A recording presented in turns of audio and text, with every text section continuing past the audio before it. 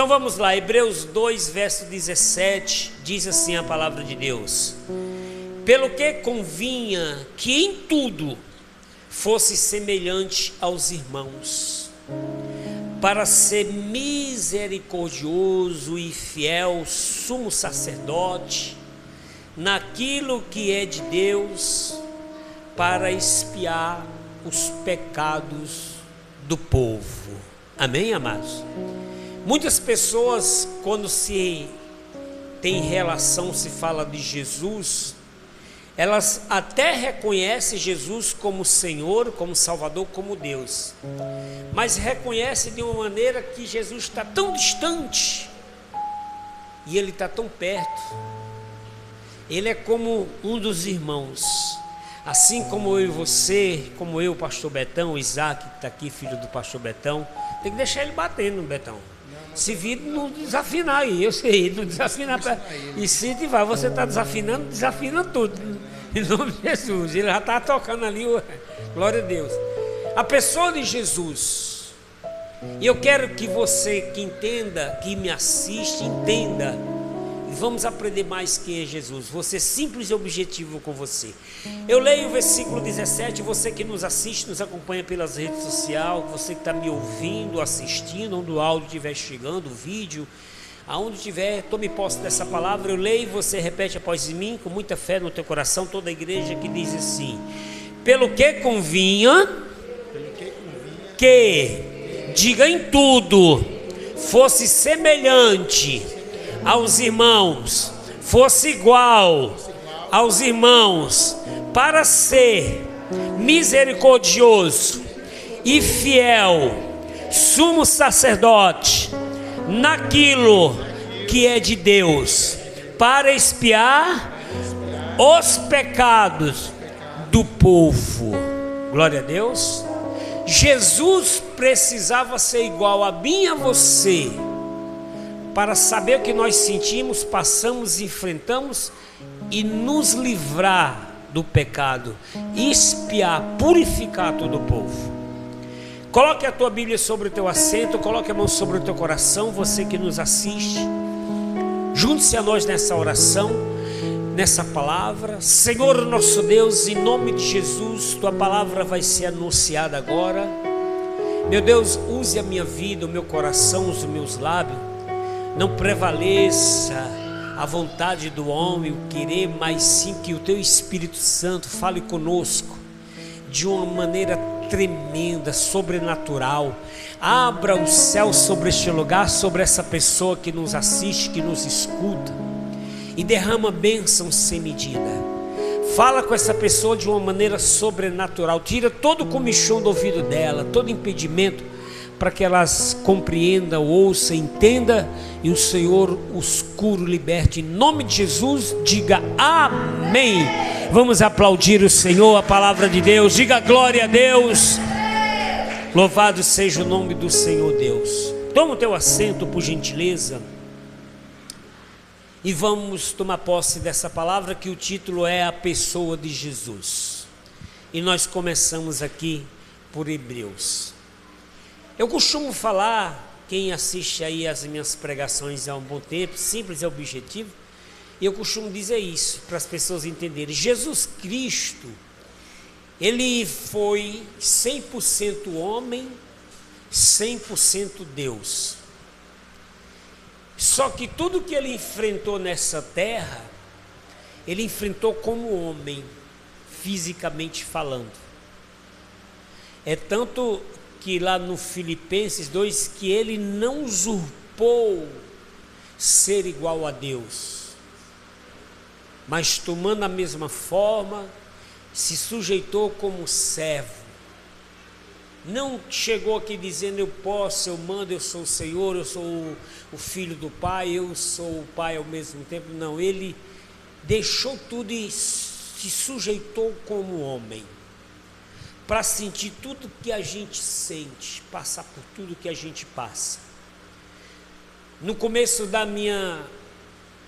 do meu ministério, o pastor me dava oportunidades, eu era ainda auxiliar, não era nem pastor auxiliar, eu ainda era um diácono, um obreiro ali da casa do Senhor.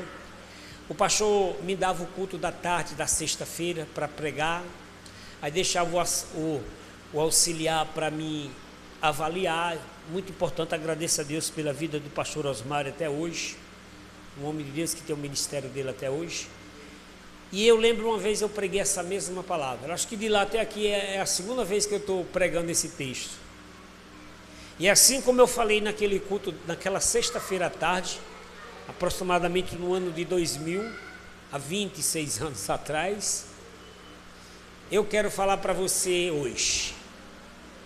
Jesus Cristo sentiu, além das mesmas dores que a gente, ele sentiu no corpo as mesmas paixões.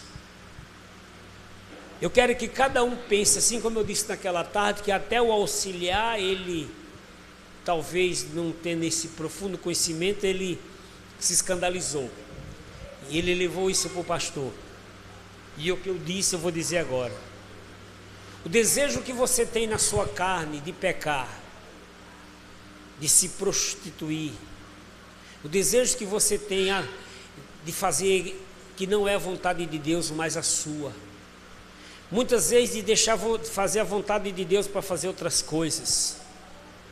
O desejo, a dor que você sente, a dor de barriga, a enxaqueca, a dor de cabeça, a indisposição, o cansaço, a agonia, a depressão, a angústia. Tudo isso Jesus sentiu. Mas o que escandalizou aquele pastor foi que eu disse que assim como nós sentimos desejos de carne de se relacionar, também até por outra pessoa, Jesus sentiu. Aí ele não gostou, ele não entendeu. E o pastor me chamava e dizia: como é que é esse texto, pastor? Eu não gravava nessa época, aí eu expliquei para o pastor ficou olhando para mim e olhando para ele. O pastor entendeu. Porque quando a gente lê a Bíblia, a gente vê isso. Foi por isso que Jesus venceu o pecado. E aí veio os filhos do diabo no mundo, lançaram até aquele filme lá, o Código da Vinci, se eu não me engano, mostrando Jesus apaixonado por Maria Madalena. Eles fazem essa alusão aí, mostra que Davi era homossexual, mas eles distorcem as Sagradas Escrituras. Nada disso. Jesus sentiu todas essas dores, essa paixão, esse sentimento, mas ele não cedeu. E por que Jesus fez isso? O versículo 17 diz assim: pelo que convinha que em tudo fosse semelhante aos irmãos, igual aqui, ó, qualquer um, semelhante aos irmãos, para que ser misericordioso, sumo sacerdote, naquilo que é de Deus, para espiar naquilo que é de Deus, para espiar os pecados do povo. Jesus só morreu e ressuscitou porque ele venceu essas tentações que nós sentimos. Jesus, além dele ser semelhante a qualquer um de nós, porém ele foi muito mais humilhado. Isaías traz uma profecia do Senhor Jesus. Eu quero que você acompanhe comigo. Vamos para a palavra, para a Bíblia. Isaías 53. Isaías está depois de Salmos. O Salmo está no meio da Bíblia, já para você achar. Já vai passar Provérbios, Eclesiastes. Mais à frente você encontra o livro de Isaías. Passa Cantares e Isaías. Antes de Jeremias, Isaías 53. E eu quero ler apenas o versículo 3.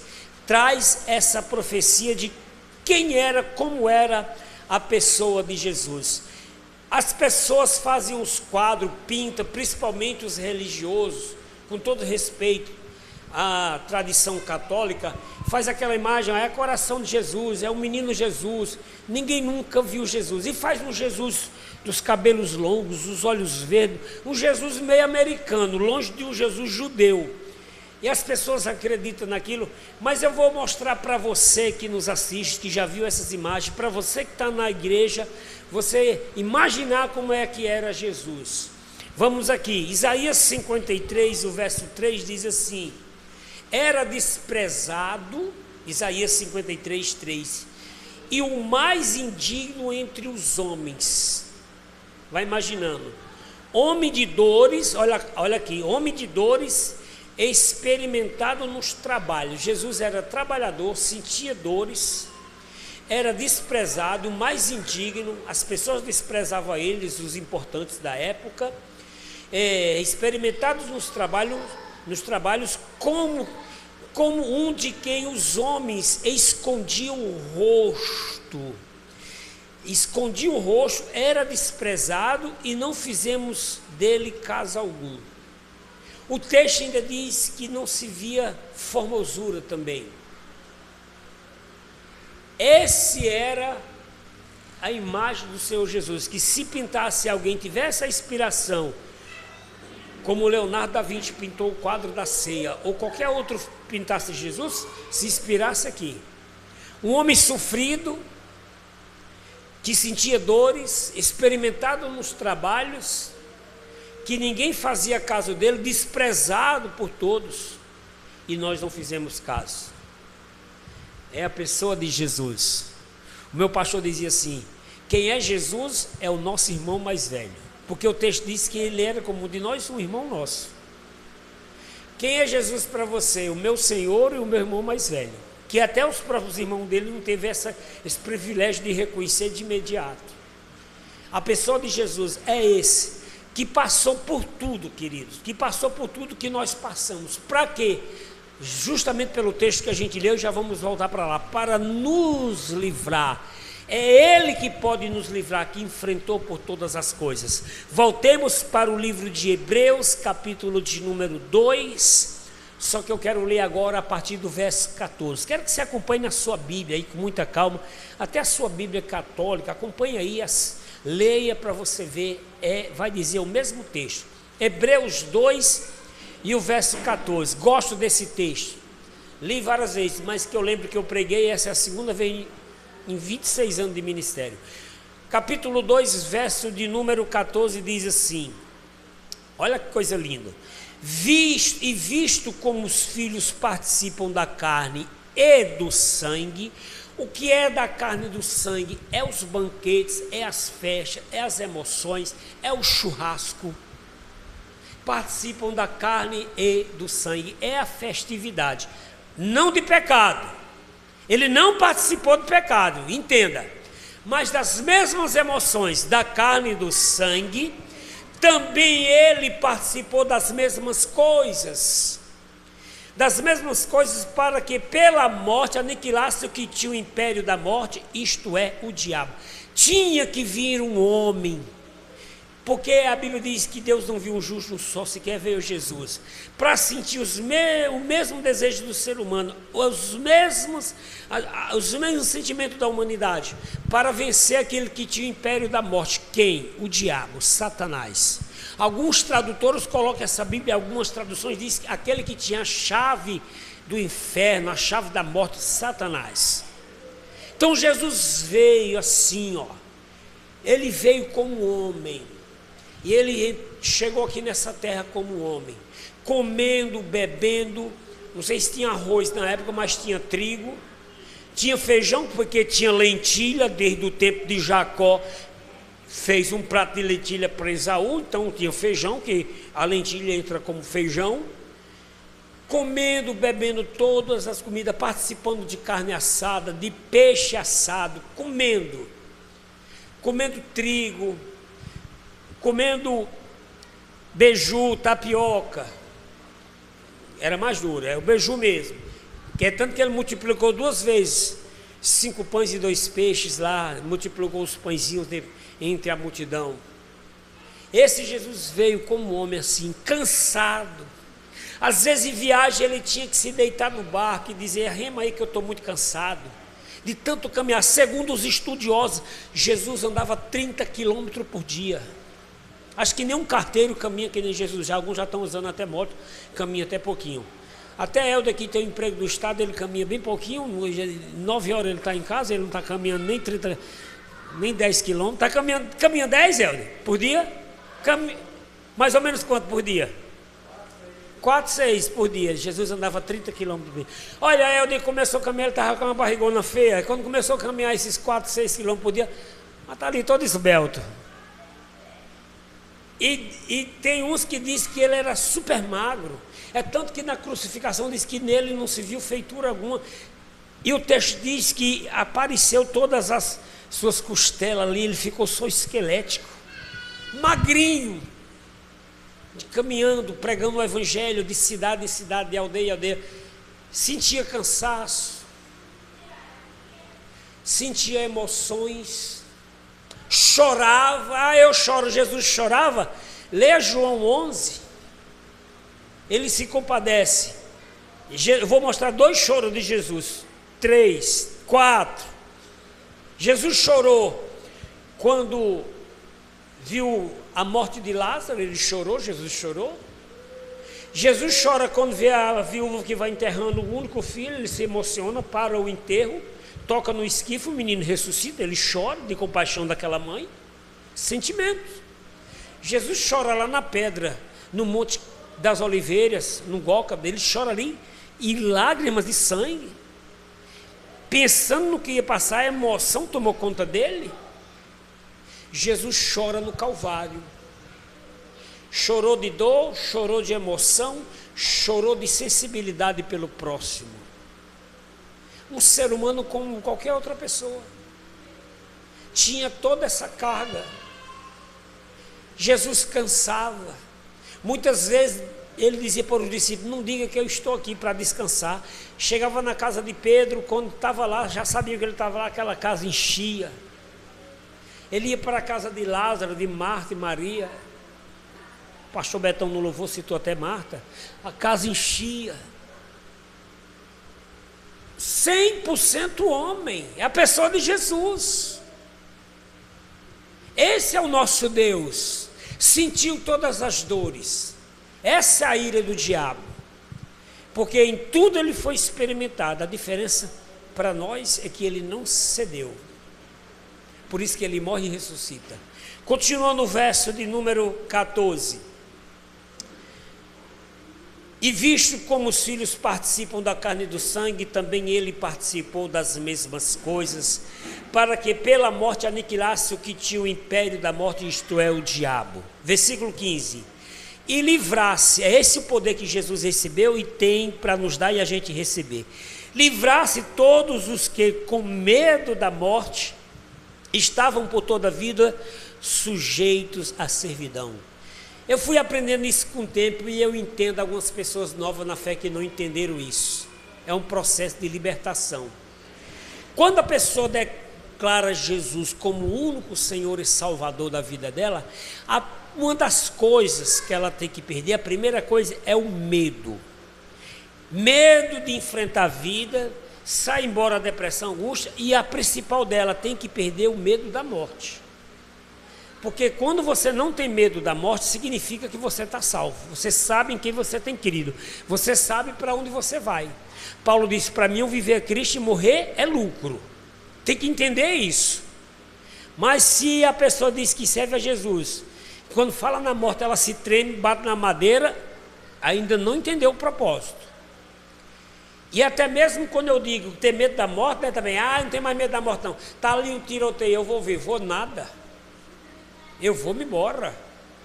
Eu estou aí nesse meio. Domingo nós fazíamos a oração aqui. Aí minha esposa levou Carmen e Rafaela em casa. Quando voltou, estava aqui em Penha, né? Penha levou a turma aqui. Aí o pastor Eduardo estava aqui. Aí eu disse: tu vai para lá, pastor? Aqui ele mora para as bandas da gente. Ele disse: não, eu vou ver minha filha. Mas embora eu desça ali para o senhor nem estacionar. Aí eu saio com ele. Quando nós chegamos ali na esquina do Trauminha, aqui em Mangabeira, quem está assistindo, ele só deu uma paradinha no carro. Aí eu fui dizendo para ele: o carro está falhando. Aí minha esposa disse: ele falhou. Eu levei pena, mas só falhava quando ligava o ar-condicionado. Aí ela disse: eu nem liguei e ela falhou. E ele falhou. Aí quando eu liguei o ar, foi falhando. Eu digo: olha, está dando essa engasgada aí. O cabo já passou o scanner, o computador, e não é bico. Aí fui conversando com ele, com a ligada, aí deixei ele, segui ali pela rua do Trauminha. Quando chegou ali no presídio e no posto de gasolina, eu virei à esquerda para atravessar para o mercado de Mangabeira, quem conhece. Aí o carro falhando, eu disse para minha esposa: eu vou parar aqui, ele vou desligar, aí quem sabe quando a gente ligar ele melhora. A minha esposa disse: sei não. Aí parei, Aí dei aí um minuto só, aí já liguei ele de novo. A gente foi, aí quando eu acelerei, ele deu uma engasgada ainda. Aí minha esposa, aí eu digo, não, eu já acelerei, você não pode ter medo não. Aí nós chegamos ali, quando a gente atravessou o farol do mercado de Mangabeira, só escutou os tiros. Pô! Aí pô, pô, pô, mais 4 tiros. Olhei assim, eu falei para minha esposa, isso é tiro. E aí ela já baixou as crianças dentro do carro, já ficou desesperada. Aí quando eu fui atravessar aquela lombada em frente à Igreja Universal, passa ali no mercado, eu vi um carro em alta velocidade atrás da gente. Eu falei assim, se eu for, não vai dar tempo, porque eu vou parar para subir a lombada e ele vai acertar a gente de cheio. Mas não deu outra, ainda bem que eu olhei assim pelo retrovisor, Deus mesmo. Encostei assim, mas só deu tempo, eu abri um pouquinho assim, ele passou com tudo, o carro pegou o retrovisor da gente, ele deu um pulo na lombada assim, o carro caiu de frente, saiu com tudo, minha esposa ficou chorando com as crianças, aí eu fiquei tranquilo, porque na hora do momento a gente não sente nada, eu só senti a emoção depois. E o carro vai direto e bate numa clínica lá na frente, de cheio. Eu já fui orando, fiquei preocupado, não sabia o que era, aí já saem os curiosos, né? Para filmar tudo, eu digo, eu quero saber, obrigado Deus pelo livramento, eu vou para casa. Mas foi muito rápido, que quando eu já peguei a Josefa Tavares, Não, José Taveira, de dentro do Coqueiral, é o Clis da Ferreira da Rocha. Já vi uma viatura de polícia, aquele muvuca, fui para casa, eu digo, amanhã a gente vê no jornal. Aí na mesma noite já mostrou que o cara já tinha roubado esse carro lá no Manaíra, foi troca de tiro com a polícia e atingiu um casal bem no farol que a gente estava. Um casal estava lá, tinha ido lanchar, foram para o trauma. Aí foi que eu agradeci mais a Deus. Aí eu me emocionei no caminho, até chorei, orei a Deus, pedi para Deus dar livramento, guardar. Mas a gente tem que agradecer sempre. Jesus levou todas essas coisas, sempre nos guarda. Aí eu entendi que tem certas coisas que a gente tem que agradecer. O carro falhou, se talvez o carro não falhasse, eu tinha caído bem no meio do tiroteio. Aí o carro falhou, eu digo, vou desligar ele aqui. Aí foi, mandou consertar, o rapaz arrumou, já achou o defeito. E está tudo certo para a glória de Deus. Mas a gente tem só que agradecer. Aqueles que com medo da morte. Então a primeira coisa que a pessoa tem que perder, uma das coisas, vença logo os traumas, não fique com medo de sair, porque tudo gera na morte. Se a pessoa tem medo de sair, é medo da morte. Ah, não vou sair, é medo da morte. Peça para Deus lhe libertar para isso. Eu também não vou estar no meio, eu agradeci, foi um livramento a Deus. Amém, amados? Continuando o texto, em 15, livrar-se todos que com medo da morte, estava por toda a vida sujeito à servidão. O que tem de pessoas agora, e me assiste se você está passando por isso, presa dentro do quarto, com depressão, com angústia. Seja livre em nome de Jesus. Não deixe, querido, você da igreja ser dominado por isso. Diga agora mesmo, Jesus já me livrou da morte e do medo. Não tem que ter medo da morte, não tem que ter medo de se relacionar, não tem que ter medo porque teve uma decepção amorosa, levou gaia, desculpa a expressão, vou falar assim mesmo, foi traída. Traído, não, esqueça, vá para frente.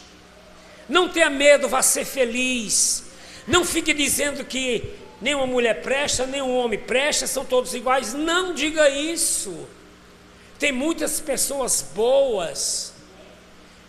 Joga esse medo para lá, vai em frente, vai ser feliz, não importa a sua idade.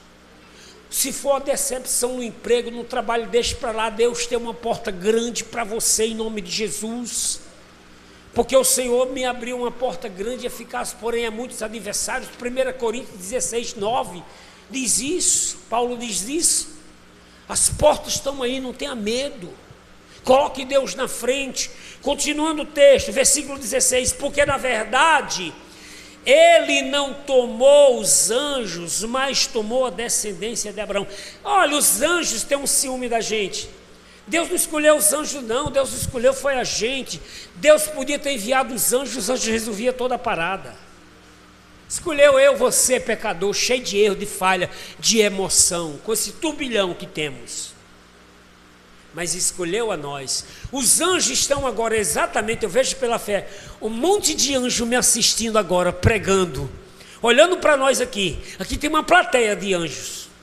São tantos anjos que você não imagina. E eles estão concordando com isso. Por quê? Porque Deus escolheu a gente pecador. Porque se um anjo pecar, ele cai, ele se torna demônio. Que foi que aconteceu com Satanás e seus demônios? Para aprisionar a humanidade. Mas Deus escolheu a nós, que conhecemos do pecado. Paulo cai do cavalo e diz: quem é? Sou eu, Jesus, a quem tu persegues. Senhor, o que queres que eu te faça? O Senhor diz assim: entra na cidade que alguém vai falar para você. Jesus não podia ter dito: você tem me seguido, miserável, dado uma bronca nele, você tem seguido o meu povo. Mas Jesus disse: não, entra que um vai falar para você. Ou Deus tivesse dito assim: o meu anjo vai te guiar e vai te dizer o que tem que fazer. Não, o anjo não evangeliza, é nós que evangelizamos. Eu não vou evangelizar aquela pessoa porque eu tenho pecado. Não, Deus me chamou, foi eu mesmo. Principalmente você que se libertou das drogas, você que se libertou do vício, você se libertou da prostituição. Diga: ó, eu era assim, Deus me fez assim. Deus quer você. Aí Paulo, quando chega lá, Deus diz assim para Ananias: vai, tem um homem na casa de Simão, na rua chamada de Direita, eu quero que você lá e fale para ele do meu amor. Senhor, aquele homem, o homem está orando, Jesus falou para ele, para ver que o Paulo era ruim. O Ananias disse: aquele homem, Senhor, muito eu tenho ouvido o que ele tem feito com o teu povo. As pessoas tinham medo de Paulo. Aí Deus disse: vai, porque ele será um vaso de honra. O Ananias foi porque era um servo muito temente a Deus. Já Ananias entra lá na casa. Aí o que Ananias faz? É o que é o homem de Deus profetizar: irmão Paulo. Paulo não era crente, essa salvação só era para os irmãos. Mas Ananias já entra profetizando: irmão Paulo, Jesus que te apareceu no caminho falou para mim, que eu disse, Deus nasce para orar por você. Aí ele já viu que é verdade. Paulo cego, 3 dias ficou cego. Mandou eu orar por você, para que você veja, seja batizado, porque você é um vaso na mão dele. Na hora que o Ananias ora, as escamas caem dos olhos de Paulo. Paulo se batiza e diz: eu vou servir o Senhor. Glória a Deus. Esse Jesus veio para fazer essa obra. Agora ele quer que a gente faça. Sentiu tudo que a gente sentiu. Versículo 17 que nós já lemos: pelo que convinha que em tudo fosse semelhante aos irmãos, para ser misericórdia e fiel sumo sacerdote, naquilo que é de Deus, para expiar os pecados do povo. Porque ninguém vai ter uma desculpa assim: ah, eu só fiz isso. Não, Jesus disse: eu passei por isso também, querido. Naquele grande dia, olha, a vida é agora, não tem como depois morrer, acender vela, é agora. Crê no Senhor Jesus, será salvo tu e tua casa. Vinde a mim todos que estáis cansados, eu aliviarei, porque em nenhum outro há salvação. Eu sou o caminho, a verdade e a vida. Porque não há nenhum entre Deus e os homens que possam ser salvos. Jesus Cristo, homem, é só Ele. Eu declaro minha salvação agora, não tem desculpa depois. Eu recebo Ele como meu Salvador agora. Ah, e quando morrer alguém vai fazer umas rezas, uma missa por mim. Se você está acreditando nisso, você está perdido. A salvação é agora. Declarar Jesus como seu Salvador. Versículo de número 18 diz: porque naquilo que Ele mesmo, eu gosto disso, desse texto, que Ele mesmo sendo tentado, padeceu. Significa o quê? Que pagou um preço. Vou dar um exemplo aqui. Quero dar 2 exemplos, talvez te alcance, ou qualquer outro. Quem já fumou sabe. Tu já fumou, pastor? Não. Eu tentei fumar uma vez, fiquei tonto, minha mãe deu uma lapada boa, nunca mais eu quis. Mas no segundo trago, aquele feito de fumo numa palha, eu já não estava vendo mais nada. Ainda comi um baião 2 quente, eu disse que foi o baião de 2, mas a mãe não livrou não. Mas quem já fumou, eu não tive o vício, mas eu vi a minha mãe e meu pai. A pessoa fica cega quando fuma, que dá hora de fumar. E eu via, quando minha mãe tomava um cafezinho, ela já acendia um cigarro, junta. No cigarro não, mas no café eu estou até hoje, ainda não me liberei. Vamos embora. Minha mãe ficava cega. E é um vício que é da carne, que eu comecei a falar de Jesus para minha mãe. Ela disse: no dia que eu quiser largar, eu largo. Só larga quando Jesus ajuda. Não vai com orgulho não, viu? Eu digo, pois eu duvido a senhora largar. Ela disse, um dia que tu me vê fumando, eu vou mostrar que não é só esse teu Jesus. Falou de jeito que eu era crente, ela não. Um dia que tu me vê fumando, tu pode tirar o cigarro da minha boca. Eu digo, mãe, pode mesmo? Pode. Tá bom, passou um dia, ela já começou a ficar inquieta, passou 2, já começou caminhando que nem aquelas cobras no veneno dentro de casa. É de segundo dia, mas quando foi no terceiro, eu cheguei da igreja, coitadinha, estava com cigarro, chega, tá. Meu Deus, quando eu vi aquilo, eu peguei no cigarro. Ei, pode fumar não, tomei o cigarro. Ela agarrou o chinelo, venha. Eu digo, a senhora não concordou comigo? Tá errado. Mas ela só largou quando ela se libertou em Jesus. Jesus faz a obra. Para isso ele morreu.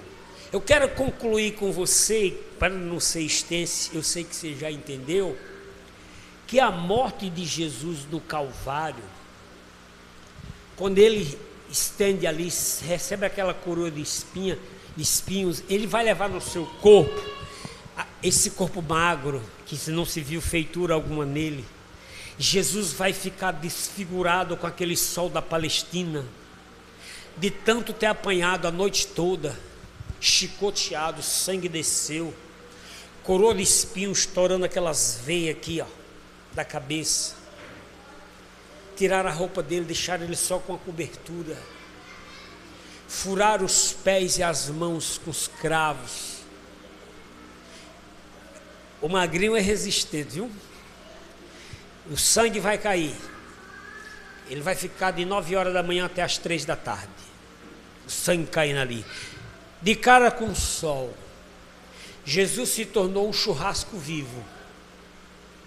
É tanto que quando eles crucificavam um malfeitor, que Jesus não tinha feito coisa alguma, 2 estavam com eles, um se arrependeu, 2 ladrões, um à esquerda e um à direita. Quando eles não morriam da chicotada, quando eles ficavam pendurados lá, com sede, com fome, eles morriam por causa do sol, não aguentavam. E a dor, que era furada. Aí quando chegava 5 horas da tarde, eles iam, e para completar, eles quebravam as pernas. Era a tradição. E tirava da cruz. Jesus vai ficar até a tarde lá. Aí ele não deixava os corpos passados 5 horas da tarde, que era a tradição. Aí ele chega para quebra as pernas dos outros 2, que já estavam mortos. Mas quando eles vão quebrar as pernas de Jesus, Jesus ainda estava vivo. E não quebrou as pernas dele, porque a profecia diz que nenhum osso dele seria quebrado. É tremendo. É bonito demais a Bíblia. Aí um soldado enfurecido de raiva, usado pelos demônios, pega uma espada e fura em Jesus do lado. Aí sai água e sangue. Isso simboliza o sangue que purifica o pecado, e para mim a água significa o batismo nas águas. Sai de Jesus, porque Jesus ainda não tinha morrido, vai ficar agonizando ali. Então, naquele momento, não só todas essas dores que eu citei para você, as cuspidas, a chicoteada, a fome, a sede, Jesus recebe todos os nossos pecados.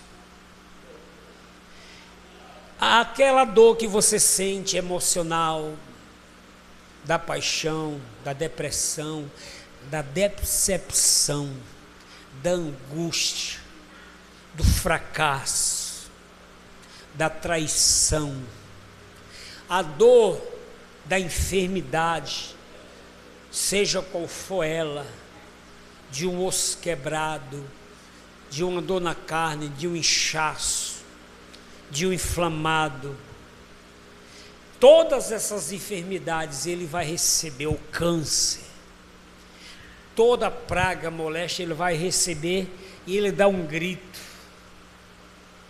ele dá um brado: Eloi, Eloi, labactá, sabactani, Deus meu, por que me desamparastes?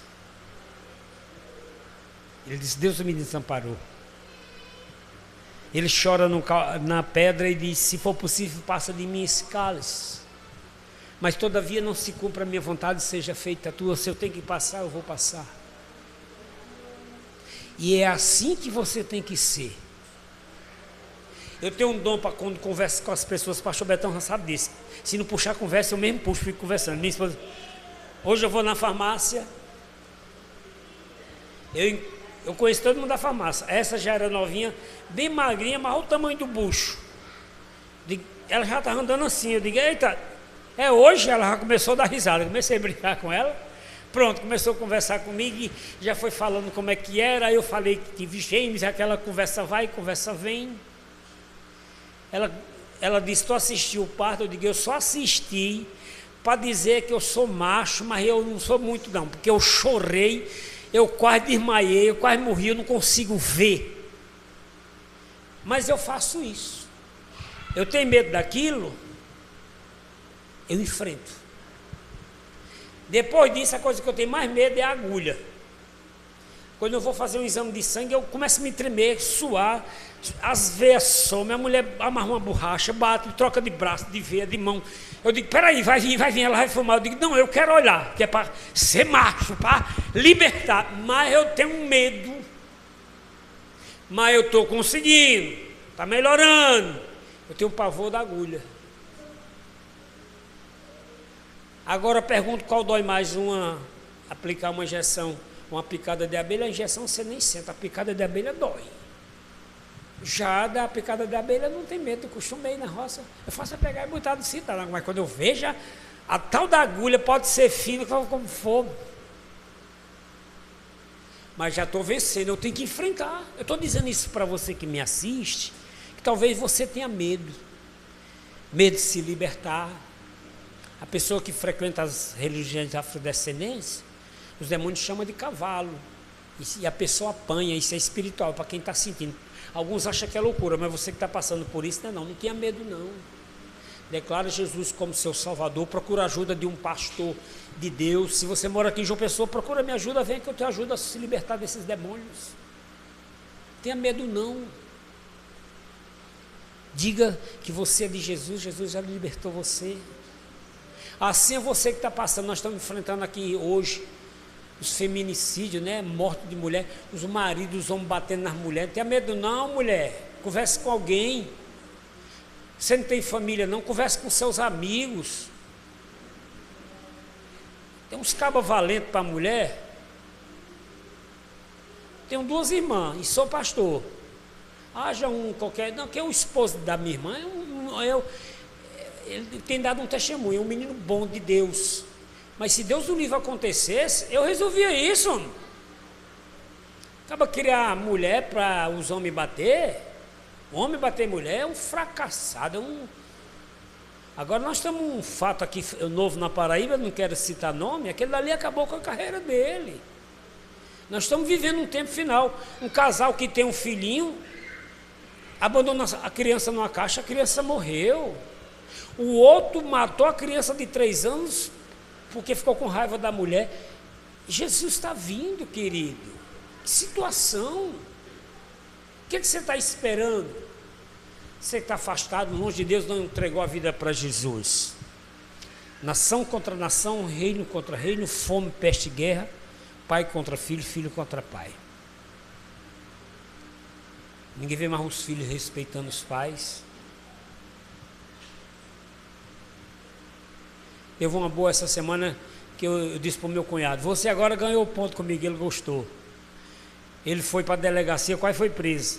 O vizinho dele dando no pai. Ele foi lá para resolver, João Paulo. Aí o cabo foi para cima dele, ele deu uma surra no cabo. Aí foi lá diante do juiz. Aí o juiz mandou ele pagar lá uma cesta básica, não foi? Não encostar mais no cabo. Eu digo, aí, eu gostei agora de tu, se eu tivesse lá eu tinha te ajudado. E comecei a dar risada, a tirar o sarro. Não pode não, o pai bater no filho bater no pai não, de maneira nenhuma não. Ele disse, ele fez de tudo para ir preso de novo, mas eu não encoxava mais nele. Ele disse, vai ter como a lei é boa. Pagou não sei quantas cesta básica e tudo. De leite ninho, não foi? Leite ninho, eu digo, alimentando as criancinhas. Mas eu dei tanta da risada. E ele dando risada. Pô, não pode, mas a geração está invertida. Quero encerrar com você mostrando aqui o seguinte. Primeira epístola de Pedro, capítulo 2, já vou encerrar. Jesus levou tudo isso no Calvário. Mais para frente, nós estamos em Hebreus, vamos adiante e nós já vamos encontrar a primeira epístola de Pedro, capítulo 2, verso 24 a 25, eu já encerro aqui. Por que Jesus fez isso? Passou lá no Calvário, não cedeu. 1 Pedro 2, verso 24, levando ele mesmo em seu corpo os nossos pecados sobre o madeiro, para que mortos para os pecados pudéssemos viver para a justiça, e pelas suas feridas fostes sarados. 25, porque éramos como ovelhas desgarradas, como agora tendes voltado ao pastor e bispo das vossas almas. Glória a Deus. Não, bem, para cá não, para não bater aí no suporte. Jesus levou todas as nossas dores, todos os nossos pecados. Ele sentiu, então seja livre, seja liberto em nome de Jesus. Quantos tomam posse dessa palavra? Diga glória a Deus. Se coloque de pé toda a igreja. Vamos aplaudir o Senhor Jesus. Aplauda com alegria, diga glória a Deus. Louvado seja o nome do Senhor Deus. Eu vou estar encerrando aqui. Você de casa declara Jesus como seu Salvador, receba essa palavra, seja livre. E se você quiser nos ajudar com oferta para a obra de Deus, aí tem uma chave Pix, faça isso. Que Deus te abençoe e multiplique na tua vida. Obrigado àqueles que têm contribuído. Que haja fartura, abundância na sua vida. Em nome de Jesus. Boa semana, um excelente mês. E até a próxima em nome de Jesus.